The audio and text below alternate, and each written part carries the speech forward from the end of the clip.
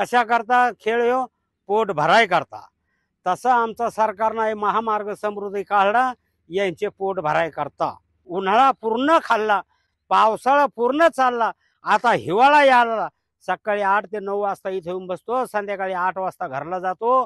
फक्त शेतकऱ्याच्या मुंड्या दिसत्या। मग शेतकऱ्याला वाली या जगात आहे का नाही?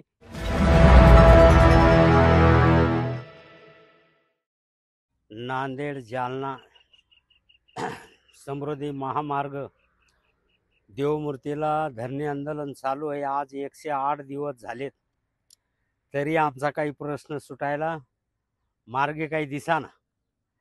आता या सरकारनं असा खेळ लावला आमचा, एक डोमाळी आपल्या गावात येतो आणि एक चांगला चौक पावशीनी डंबडंग डंबडंग डंबडंग वाजवतो आणि मग त्याच्यात होते लोक पब्लिक जमा। मग तो काय करतो, तिकून एक बांबू इकून 2-2 बांबू रवतो आणि त्याच्यावर तार बांधतो। तार बांधल्यावर लेकराला खेळा लावतो, जीवावर उधार होऊन। पहिल्यानं ते लेकरू बांबू घेऊन तारावर चालतं, दुसऱ्यानंतर काचाच्या शिशीवर चालतं, तिसऱ्यानंतर तुमचं ते सायकलीचा रिंग आहे त्याच्यावर चालतं। मग जीवावर उधार होऊन चालतं। कशा करता खेळ ह्यो पोट भराय करता। तसा आमचा सरकारनं हे महामार्ग समृद्धी काढला यांचे पोट भराय करता।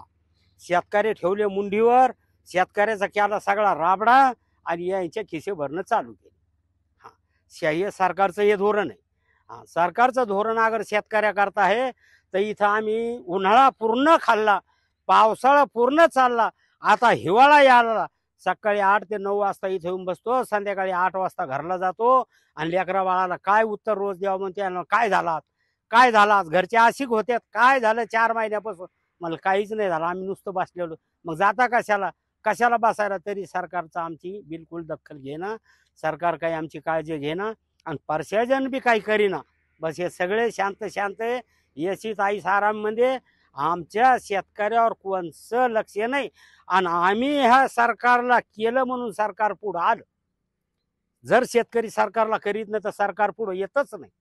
पण एक सहमतीनं बहुमतानं आम्हाला हे सरकार आणायचं होतं, आम्ही सहकार्य केलो, पण सरकार केवळ आमच्या मुंडकीवर पाय द्यायला लागलं। या सरकारला शेतकऱ्याच्या मुंडकीवर पाय द्यायची काहीच नाही। यायना जो कामं धरलेत, कोणते बी कामं आश्वासन देते, उदाहरण देते, ते कामं करायला जाते। मग ते कामं करायला काय मार्ग आहे? मग शेतकरीच्या मुंड्या दिसत्या, फक्त शेतकऱ्याच्या मुंड्या दिसत्या। मग शेतकऱ्याला वाली या जगात आहे का नाही हेच काही समजाना। सरकार जर मायबाप असताना जर हे जर सहारा देत नाही, मग कोणच्या आधारी जागाव आणि कोणच्या याच्यावर जागाव हे काही मुळेच आम्हाला कळत नाही। याच्याकरता हे आंदोलन चालू आहे। सगळ्या मायबापाला विनंती आहे, शेतकरी बांधित शेतकऱ्याला सहमती देऊ नका, सरकारच्या पैशाला बळी पडू नका आणि जीवाचा मात्र करू नका। हे सत्य घटना ह्यो प्रकल्प आहे तो रद्द करण्यात आला पाहिजे, एवढीच माझी विनंती।